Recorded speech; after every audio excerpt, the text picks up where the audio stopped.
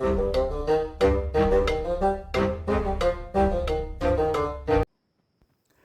and welcome to the Critically Clueless. I'm a Monk, and today we are doing a tips video, a did you know video for Mount & Blade to Bannerlord. Now, some of these tips and tricks have been mentioned on the channel before, especially if you have followed my Let's Play. If you follow my Let's Play, then all of these should be familiar with you, and if they're not, then I've probably done my job wrong. But of course, if Mount & Blade content is what you want to see, then this is the channel for you. Don't forget to hit that like button and of course subscribe to this channel that we don't miss out on more videos just like this. Also, a quick shout out to my Discord. We have an amazing Mount & Blade community over in my Discord. The link for it is down in the description, so if you want to join, feel free. The link's down there. It'd be really nice to see more people involved. Now, tip number one is, did you know that you can actually change your appearance mid-game? Lots of people think that when you very first start the game and you get a chance to create your character, that you're kind of stuck with how you look. But did you know that you can go to the barbers in any town in the game and change your hairstyle, both beard and top? It's something that's very overlooked. Some of these playthroughs are so long, it's quite nice to have a little bit of a fresh up, a bit of a change, and to change your appearance. And it only costs 100 dinars. I think that's a pretty good price. Tip number two is, have you ever tried to make an army, but your very own party members happen to be in another army? It can be so annoying. But did you know, for a little bit of influence, you can actually disband any army in the game? It doesn't matter whether you are leader of the kingdom or not. In this case, I happen to be the leader. But like I said, it doesn't matter whether you are the leader or a vassal. You can disband any army as long as you have the influence. And it costs so cheap to disband an army as well. It's really helpful if you want to grab your members up or any particular party up to create the army that you need or want. Tip number three is all about prisoners. Now, we've already mentioned previously about how you can donate prisoners in order to gain influence. But did you know that you can sell all prisoners at the tavern and you gain a really good bit of money? Not only that, but if you actually have points within a roguery, you'll also gain roguery experience this way. Now, this can be any prisoners at all. It can be prisoners that you gather after battle. It could be prisoners that you've just emptied from a dungeon. That's right, if you take over a town or a castle, really quickly empty that dungeon of all prisoners, head over to your nearest tavern and sell them there. You can make some seriously decent money by selling prisoners, especially early game. Tip number four is a good one. This is one that I wish I knew a lot sooner in the game. Now, as you can see, I am not the leader of the kingdom. I am a vassal within a kingdom. We're currently at war with Sturgia. But what if I wanted to be at war with the Western Empire? Or maybe I wanted to be at war with Valandia? Well, normally I'd have to go through the problem of having to have enough influence, one, to enact a proposal to go to war, and two, to, of course, hopefully the rest of my kingdom would like to go to war. If not, I'm going to have to spend an awful lot of influence to try and sway that decision. Even then, I may not get the outcome I want. But did you know you can create any war you want without going through diplomacy?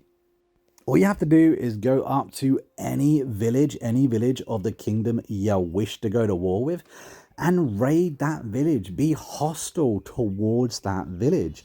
No vote required, no influence spent. Now, it's not advised, and there will be some repercussions for doing so, but at the end of that raid, you will be at war with whichever kingdom you have chosen to attack. It's a really nice little shortcut, especially if, for instance, you have just started the game, you've just joined up as a vassal, and perhaps there's been a rebelled city and you want to take it over for your very first castle, or at least potentially, depending on whether you win the vote or not. Well, this is a way to make that happen.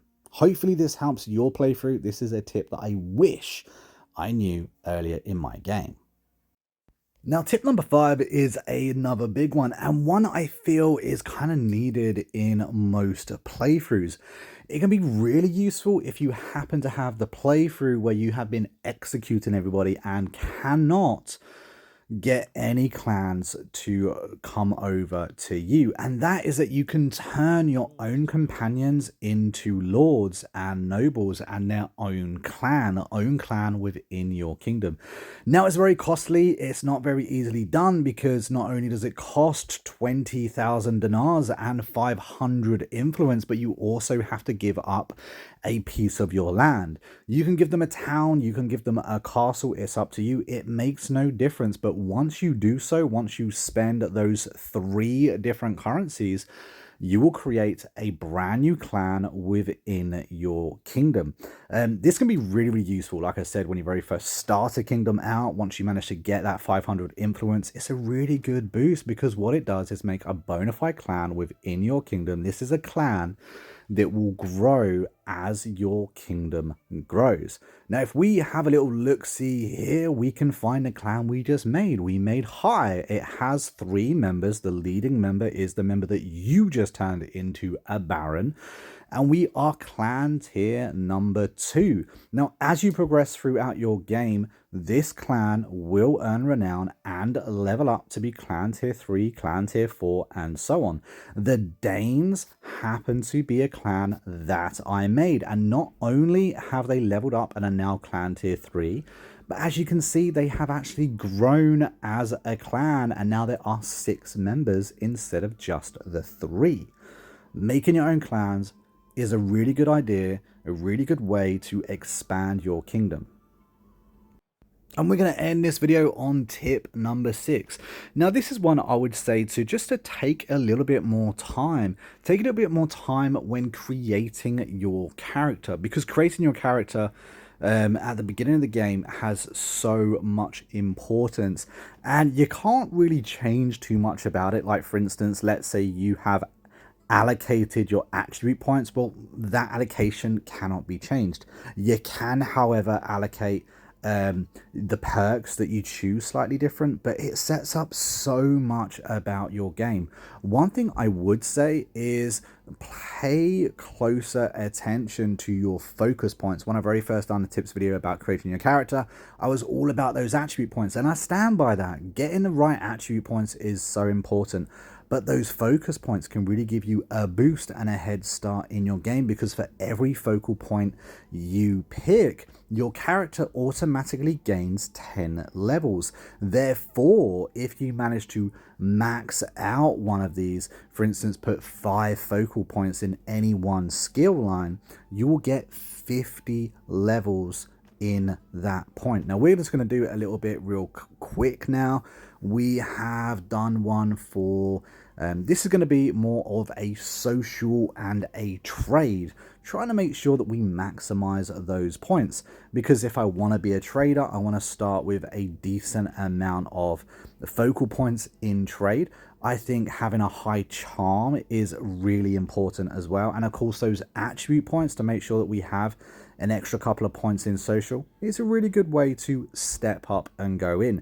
Now, with the focal points that we actually have, we're going to be gaining all of those levels. So for every 1 focal point that we have, we will gain 10 levels in that chosen skill line. For me, I think that's really, really useful. I think it's helpful to have that knowledge going in, because when I very first started this game, I didn't know that. I didn't realize that. And you know what? Even after playing the game through several times, I never even noticed. So there we go. We have created our character. And now let's reveal the magic.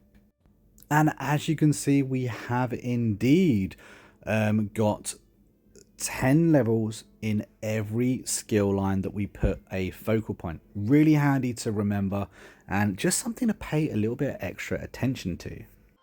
Now, if you've stuck around to the very end of this video, I want to say a massive thank you to all of you. Don't forget, we do have that Discord. Like and to subscribe to this video if you want to see more content just like it. And I also have a bonus tip for anyone sticking around to the very end. Yes, that's right, this is the 7th tip. It's one that I have mentioned before, and that's that when you very first start this game, and you load into the campaign mode, for instance, if you go to Paros, you can buy hogs for really, really cheap. What I would recommend is sell anything you don't mind not having. I tend to sell all of my civilian gear just to give myself those extra few dinars. Then I would dump all of my cash, which will be, 1,700 dinars, into hogs.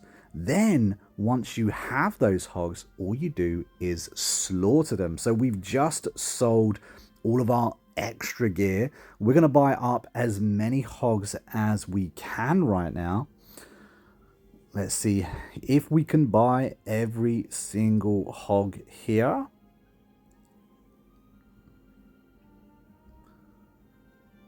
There we go. We managed to buy every single hog and still have cash to spare.